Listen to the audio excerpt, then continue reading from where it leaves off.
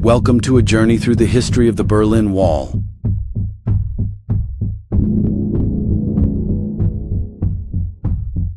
They lose not only workers, but also credibility.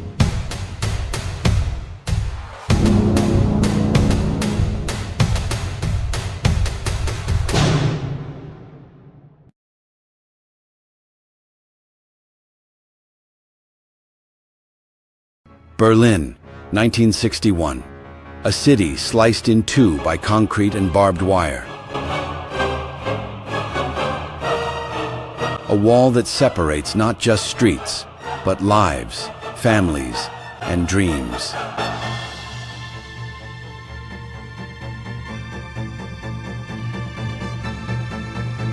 Yet behind this gray monstrosity lurks a conflict that pushes the world to the brink.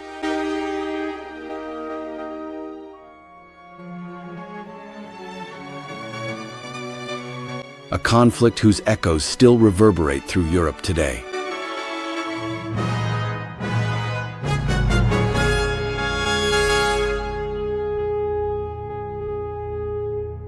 Promises were made,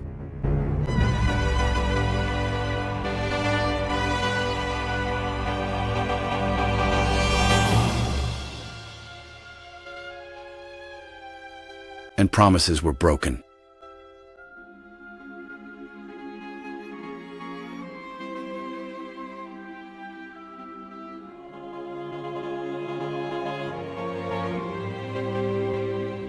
Welcome to a journey through the history of the Berlin Wall.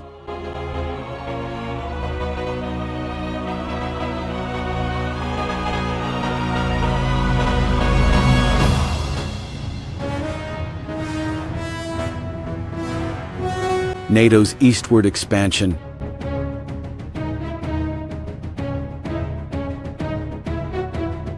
and the geopolitical tensions that have forever changed the world. Buckle up. This story will grip you.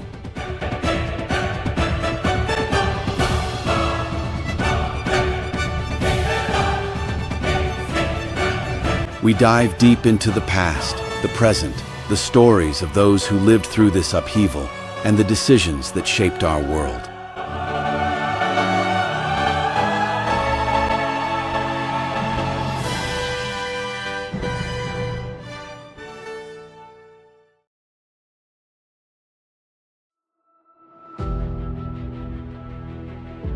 Imagine this. It's August 13th, 1961.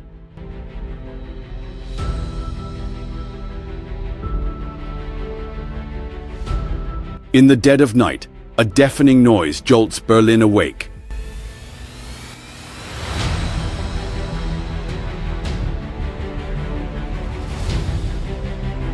Tanks rumble through the streets.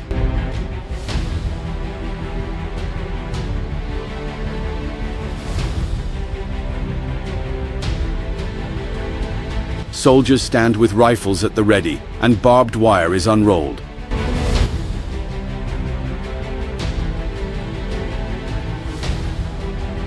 Overnight, a wall rises.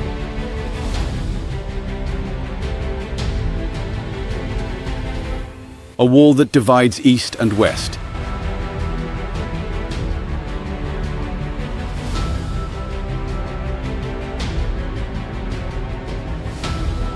Tearing families apart.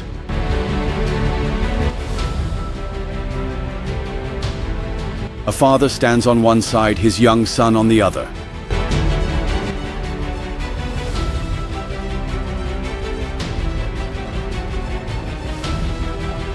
The Berlin Wall is born, and with it, a symbol that will define the Cold War forever.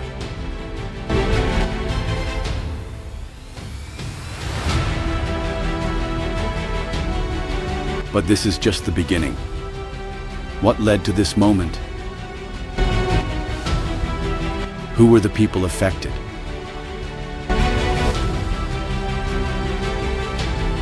And how did this single day change the world?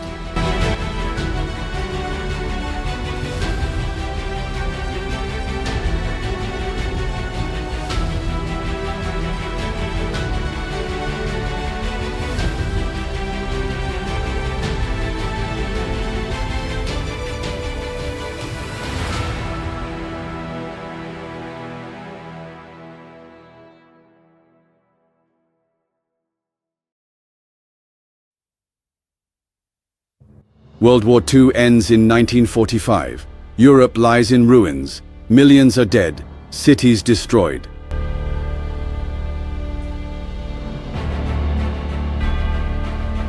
Germany, once the aggressor, is occupied by the Allies.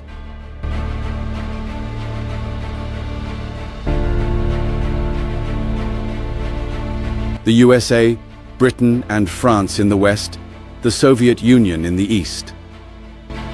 Tensions soon emerge. The West seeks democracy and reconstruction.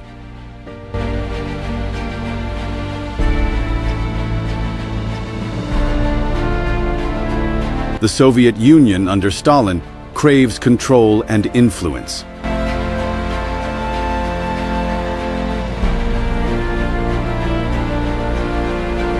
By 1949, two German states are born. In the West, the Federal Republic of Germany.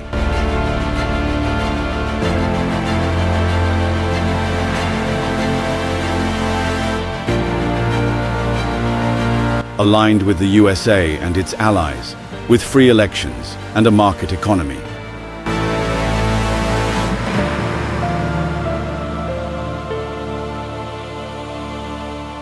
In the East, the German Democratic Republic, the GDR.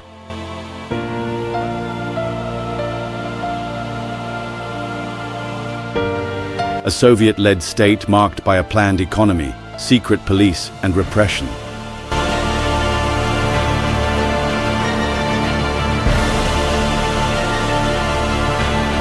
Berlin, the former capital, remains a special case. The city is divided. West Berlin becomes an enclave of the West, surrounded by the GDR, while East Berlin is declared the GDR's capital.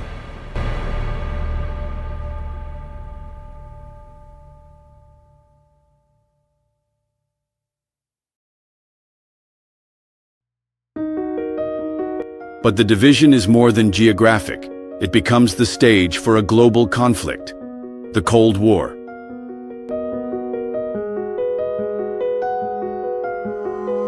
The USA and the Soviet Union face off, two superpowers with opposing ideologies.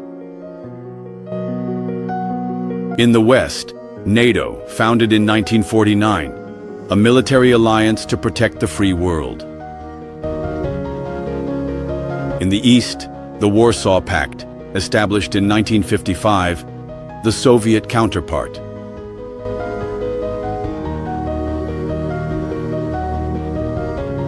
Berlin becomes the epicenter of this conflict.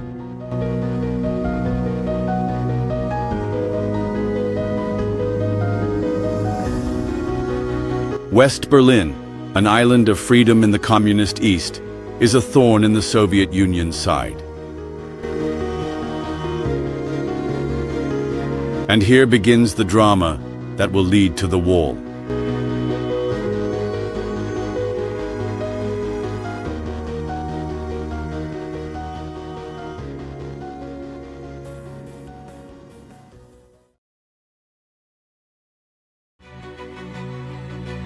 In the 1950s, the divide becomes palpable.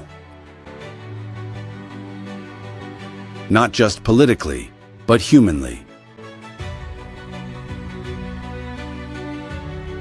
The GDR struggles with economic woes, food shortages, poor working conditions, and a lack of freedom. In contrast, the West offers prosperity, jobs, and the promise of a better life.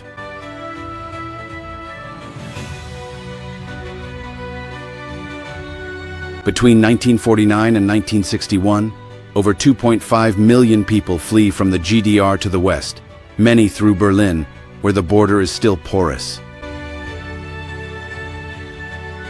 Doctors, teachers, engineers, the GDR loses its brightest minds.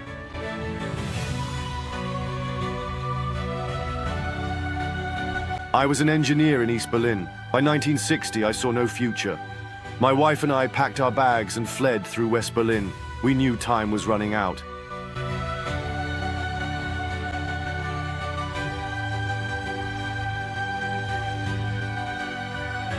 For the Soviet Union and the GDR leadership, This is a disaster.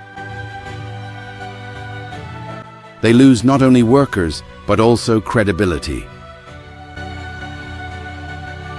Walter Ulbricht, the GDR leader, sees the solution. The border must be sealed.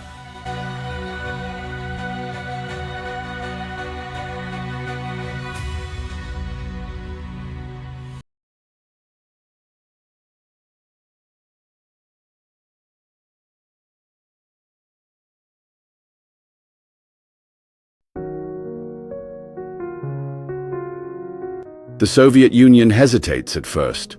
A wall through Berlin? It could provoke the West, perhaps even spark a war.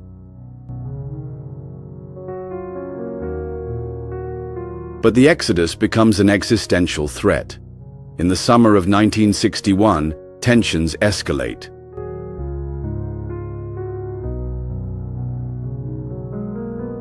In June, Ulbricht declares at a press conference, "No one intends to build a wall." A lie exposed weeks later. On August 12th, Nikita Khrushchev, the Soviet leader, makes the call. In a secret operation codenamed Rose, the construction is planned. On the night of August 12th, trucks carrying concrete slabs and barbed wire roll in. Soldiers guard the streets. Civilians are pushed back. By morning, the wall stands, crude, makeshift, but impassable. The GDR calls it the Anti-Fascist Protective Barrier, a propaganda term masking the truth. It's a prison for an entire people.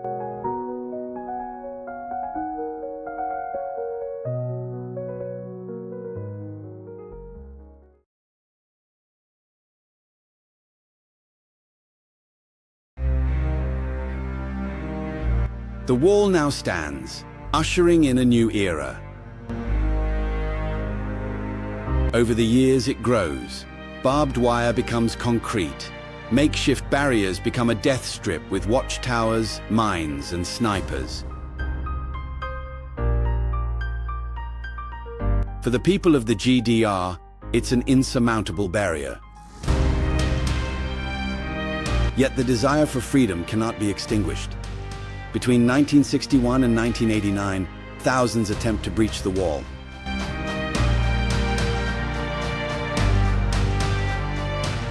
They dig tunnels, climb rooftops, swim through canals. Every escape is a gamble, every story a drama.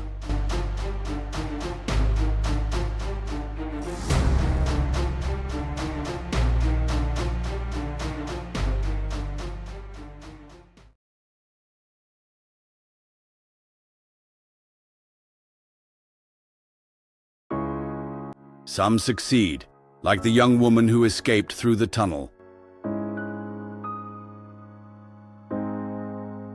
I was 18 when I fled. My friend dug a tunnel under the wall. We heard the guards above us. My heart pounded, but I knew this was my only chance.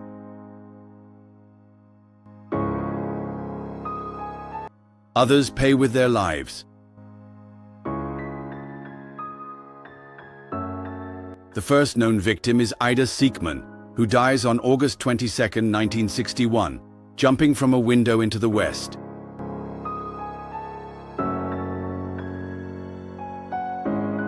Later, Peter Fechter, an 18-year-old, is shot in 1962 while climbing the wall and bleeds out before the eyes of the world. The images shock the globe. A young man dying in no man's land as East German guards watch and Western helpers stand powerless. The wall becomes a monument to inhumanity, and yet also a symbol of resistance.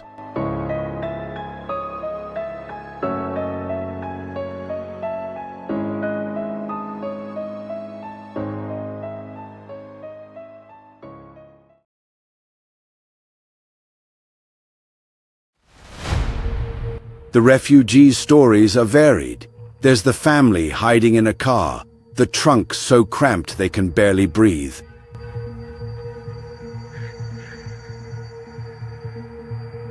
or the young man who flies over the wall in a homemade hot air balloon, a risky plan that succeeds.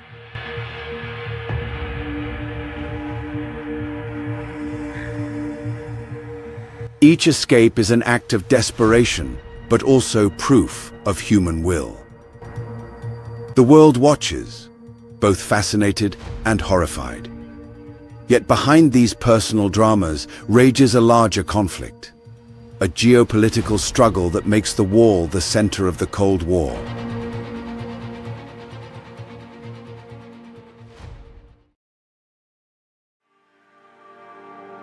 The wall is not just a local tragedy, it's part of a global chess game.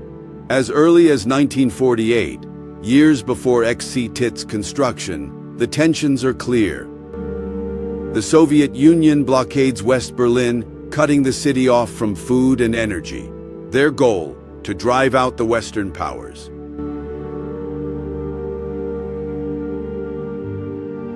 But the West responds with the Berlin Airlift. For 11 months, from June 1948 to May 1949, planes land in West Berlin every few minutes, bringing bread, coal, hope. Children call the planes candy bombers because pilots drop sweets. It's a logistical triumph and a signal. The West will not yield.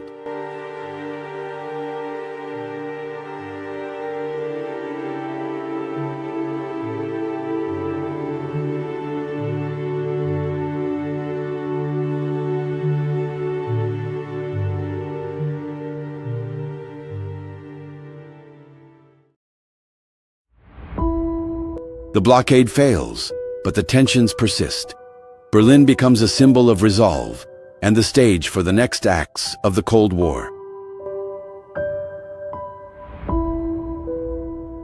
In 1961, with the wall's construction, the conflict reaches a new peak.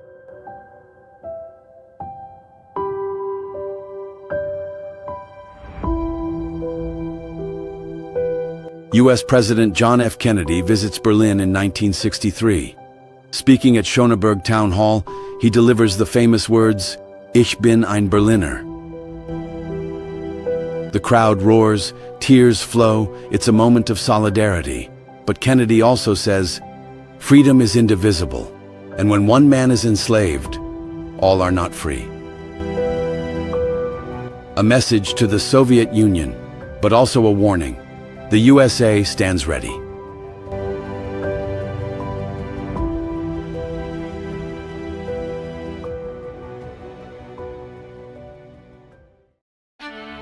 Just a year later, in 1962, the Cuban Missile Crisis brings the world to the edge of nuclear war.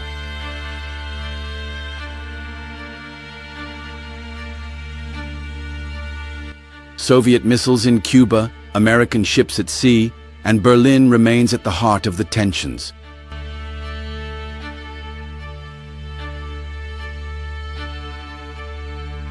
NATO, founded to protect the West, becomes a cornerstone of this confrontation. But what happens when the Cold War ends, when the wall falls?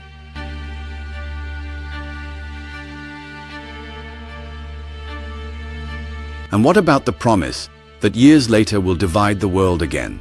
We stand at a turning point, and the story takes a dramatic turn.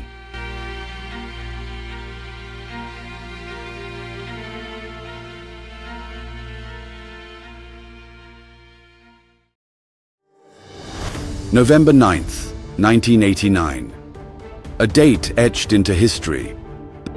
The Berlin Wall falls. People flood the streets, dancing on the concrete, embracing strangers, tearing chunks from the wall.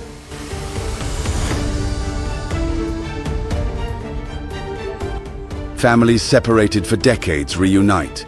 In East Berlin, border crossings open, soldiers lay down their weapons, and the GDR surrenders to the will of its people. It's a moment of triumph, a moment of hope. But also a moment born of chance and chaos. How did it happen?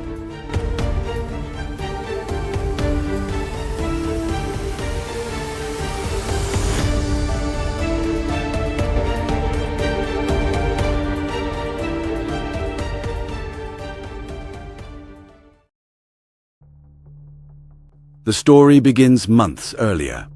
In the summer of 1989, Hungary opens its border with Austria. Thousands of GDR citizens seize the chance, traveling to Hungary and fleeing to the west. The GDR leadership is powerless. Meanwhile, protests grow within the country. In Leipzig, the Monday demonstrations begin. First hundreds, then thousands, eventually tens of thousands chant, "We are the people." The regime wobbles. The Stasi is overwhelmed. On November 9th, 1989, the unthinkable happens. During a press conference, GDR official Günter Schabowski is meant to announce new travel rules. Under pressure, he stammers, "As far as I know, this takes effect immediately, without delay." A misunderstanding, but the people hear. The borders are open.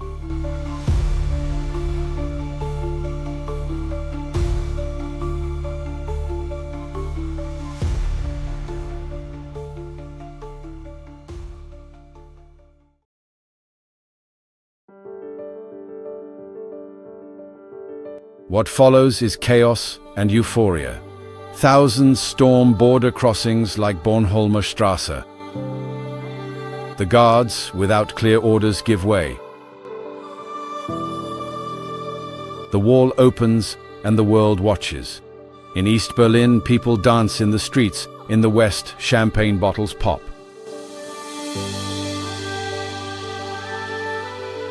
But the fall of the wall is more than an emotional moment. It marks the end of the Cold War. The Soviet Union, weakened by reforms and economic crises, cannot stop the collapse of the Eastern Bloc.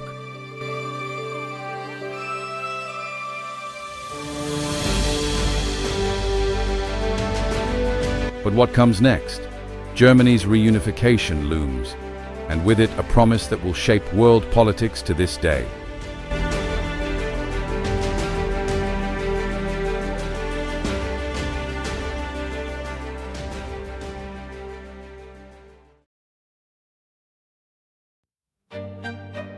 (1990). The wall has fallen. Germany strives for reunification, but the Soviet Union, though on the brink of collapse, still has a say. Negotiations begin, the 2+4 talks. Representatives of the two German states and the four victorious powers, USA, Soviet Union, Britain, France, meet. The Soviet Union demands assurances.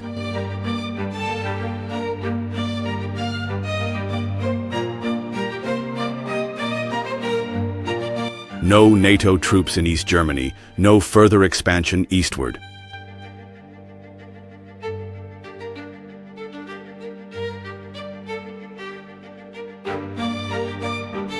U.S. Secretary of State James Baker tells Mikhail Gorbachev on February 9, 1990, NATO will not expand 1 inch to the east. A promise meant to secure peace, but what does it really mean?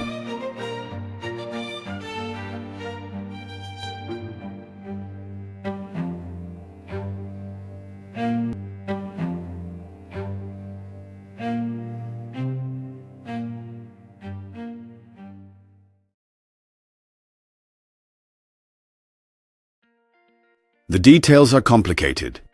Baker speaks of East Germany, not the rest of the Eastern Bloc. Gorbachev, desperately trying to hold his country together, accepts reunification. On October 3, 1990, Germany is won, but the Soviet Union collapses in 1991. And the world changes. The Warsaw Pact dissolves.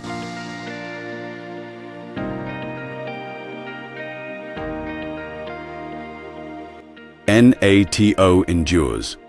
Former Eastern Bloc states, Poland, Hungary, the Czech Republic, knock on NATO's door.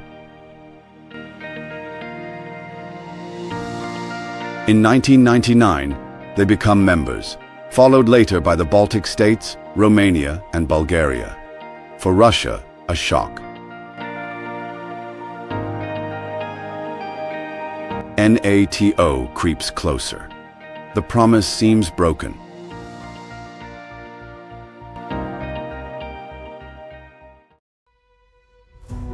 The debate rages on to this day. Historians argue, was there a clear promise? Gorbachev says in 2014, the topic was never seriously discussed. Baker claims it applied only to East Germany, yet the signals were clear. The West wanted stability, not confrontation.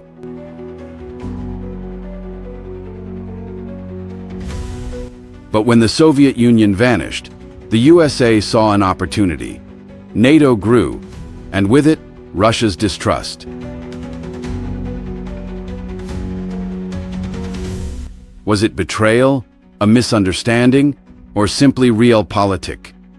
The answer depends on whom you ask, but we all feel the consequences.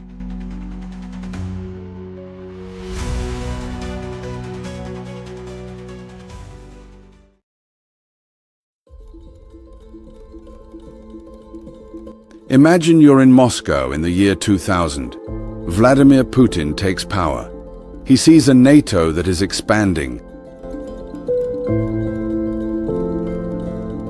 Poland in 1999, the Baltic states in 2004, and later even talks with Georgia and Ukraine.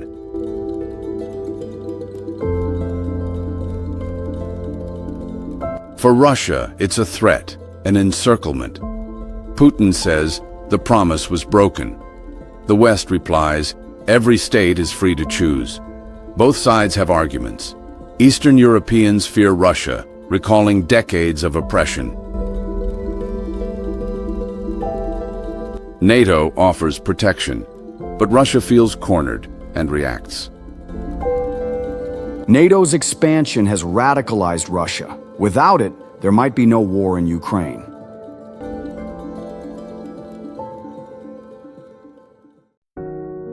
In 2008, Russia attacks Georgia. In 2014, it annexes Crimea. In 2022, the war in Ukraine begins.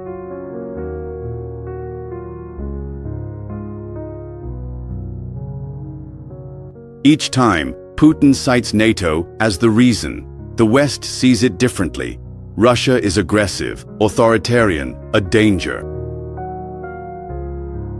Who's right? The truth is complex. NATO's expansion wasn't a breach of a treaty, but it ignored Russia's fears. Today we face a new Cold War with weapons more dangerous than ever before.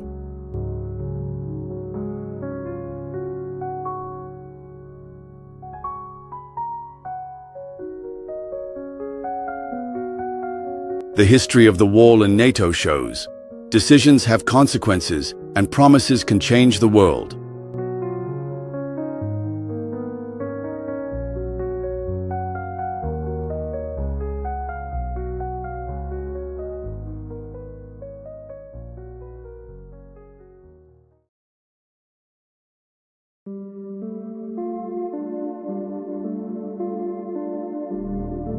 The fall of the Berlin Wall on November 9, 1989, was no accident. It was the dramatic finale of a state rotting from within. The GDR, once hailed as a socialist paradise, collapsed under the weight of its own failures.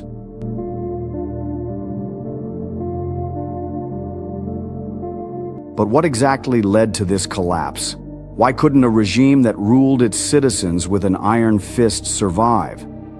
Let's uncover the truth. It was a mix of economic failure, political oppression, media censorship, and the unquenchable thirst for freedom. This is the story of how an entire nation broke its chains, and how the world learned that no wall is high enough to crush the human spirit.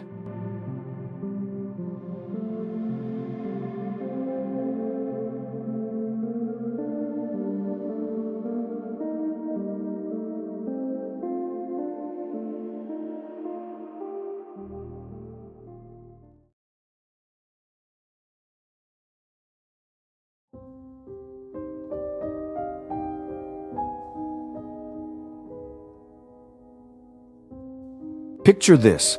You live in a country where there are no bananas, no jeans, no washing machines, unless you wait years for them.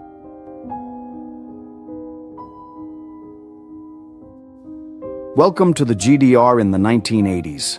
The planned economy, the cornerstone of the socialist experiment, was a fiasco.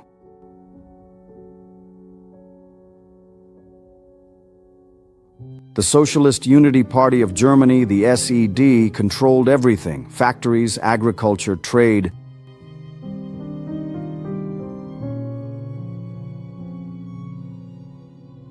But their plans were divorced from reality. Production stagnated. The quality of goods was abysmal, and shelves stayed empty. While prosperity grew in the West, East Germans queued for bread, shoes, everything. And if you wanted a car,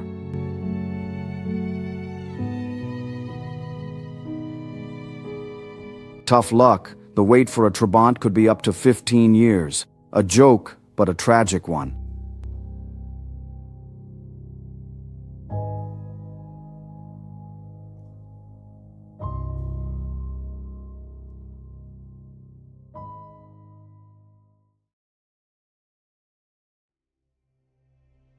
The GDR's industry was outdated, its technology decades behind the West. I worked in a factory. The machines were old, broken. We produced junk no one wanted. And at home, my wife queued for hours for milk. We knew it couldn't go on like this.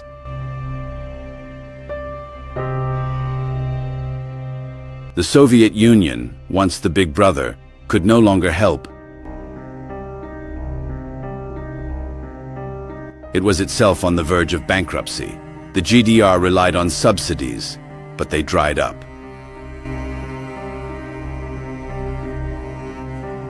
The economy slid into a deep crisis. Debt soared, productivity plummeted, and people lost hope. They saw the West on TV, heard from friends and family how good life was there. The contrast was unbearable. The GDR leadership responded with propaganda. Socialism triumphs.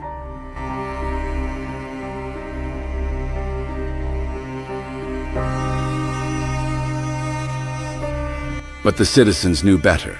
They lived the truth every day.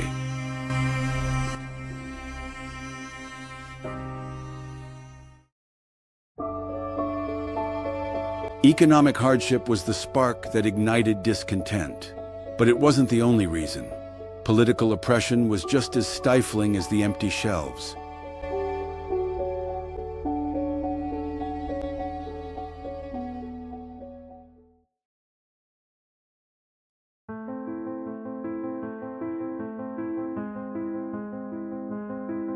The GDR was a surveillance state like few others. The Stasi, the Ministry for State Security, was omnipresent. With 90,000 employees and hundreds of thousands of informants, it infiltrated every aspect of citizens' lives. Anyone could be a snitch. Your neighbor, your colleague, even family members. Criticizing the regime?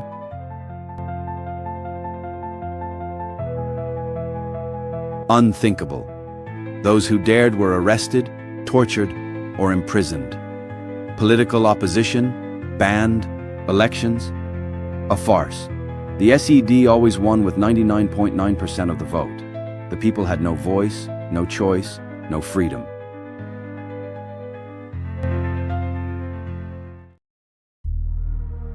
The Stasi wasn't just brutal, it was insidious.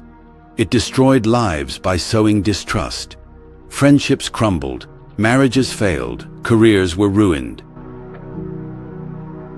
Citizens lived in fear of being overheard, betrayed, punished. And yet, despite this oppression, resistance sprouted. In churches, in small groups, in secret meetings, people whispered, they dreamed of freedom. And the more the regime suppressed them, the stronger their resolve grew to break free. We met in a church basement. We knew the Stasi was watching, but we couldn't stay silent. We wanted freedom for ourselves, for our children.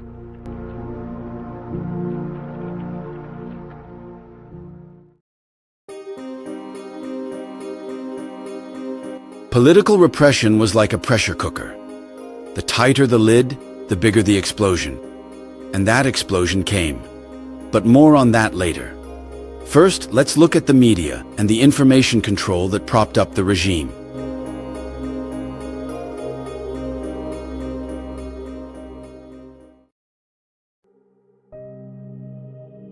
In the GDR, there was no free press, no independent television, no internet. The media were the mouthpiece of the SED.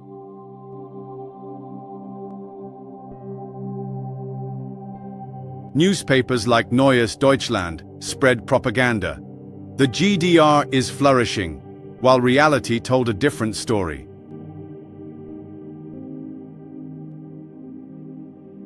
Critical reports banned. Information from the West censored.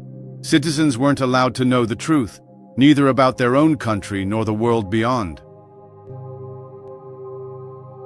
Western TV was forbidden in many areas, but people found ways. They aligned antennas, watched in secret, dreamed of the freedom beyond the wall.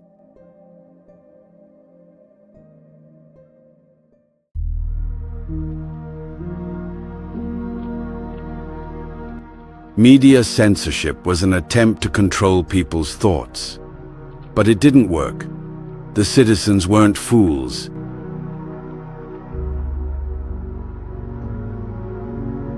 They saw the lies, felt the oppression, and the more the regime lied, the more people lost trust. They sought alternative sources. Western radio, smuggled goods, whispered news. The truth seeped through the cracks, and with it, anger grew.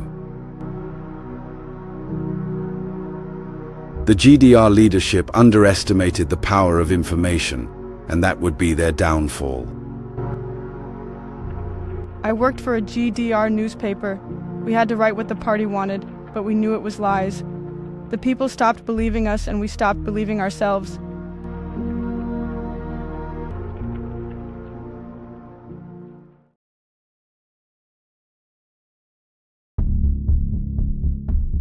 The combination of economic hardship, political oppression, and media censorship created a powder keg. All it needed was a spark, and that came from the citizens themselves.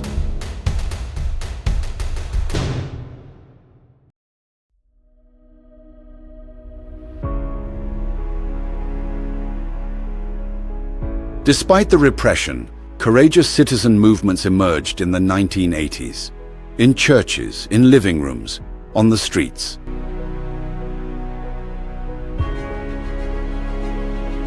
People began to organize, protest, demand change.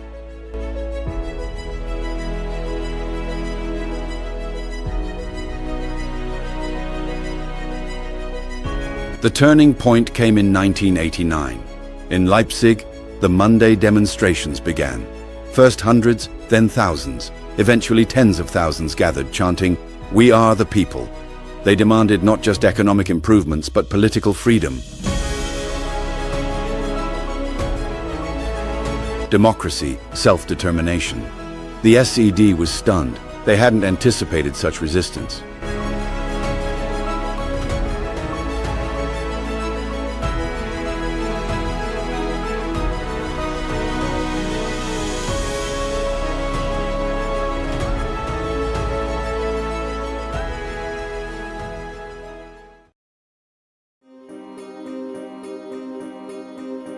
The protesters were peaceful but resolute.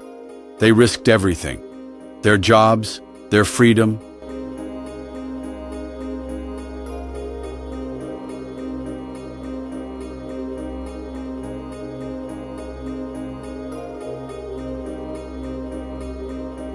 I stood in the square surrounded by thousands. We were scared, but we were together. When the soldiers didn't shoot, we knew we had won.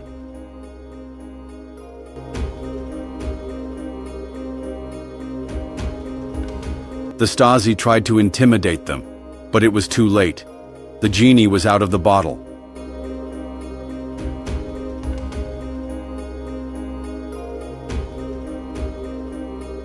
In October 1989, when Erich Honecker, the GDR leader, ordered the protests crushed, the security forces refused.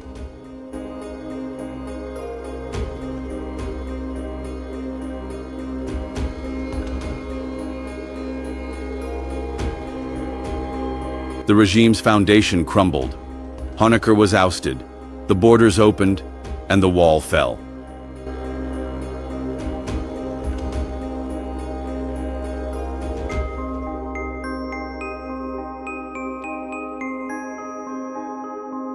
It was the triumph of the people, a victory of hope over fear.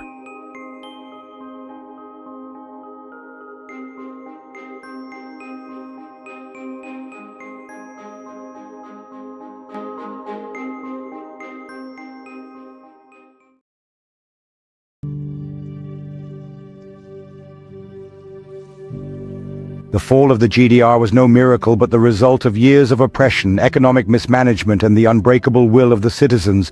They wanted not just bread and work, they wanted freedom.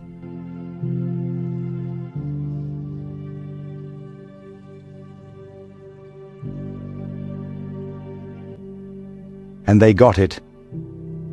But the story doesn't end here.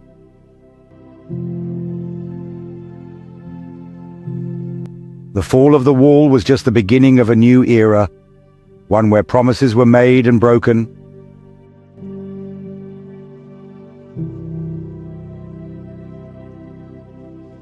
and where Europe's geopolitical tensions were reignited. But that's a story for the next chapter.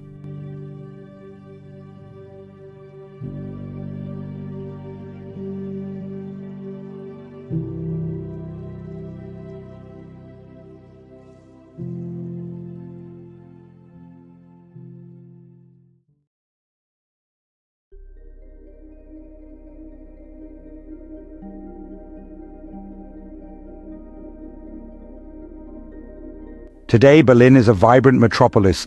The wall is mostly gone, but its remnants tell stories. The East Side Gallery with its colorful murals, the Wall Museum, the Bernauer Straße Memorial.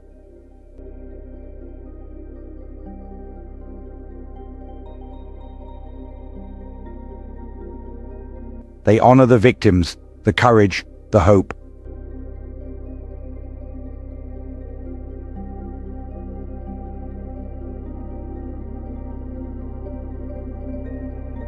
Yet invisible walls remain between East and West, between Russia and NATO. What do we learn? That peace is fragile, that trust is hard-won, easily lost.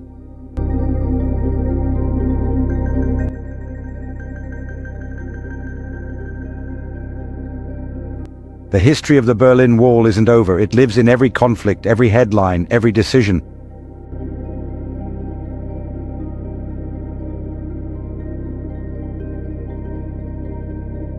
Thank you for joining this journey. If this moved you, like, subscribe, share it with the world.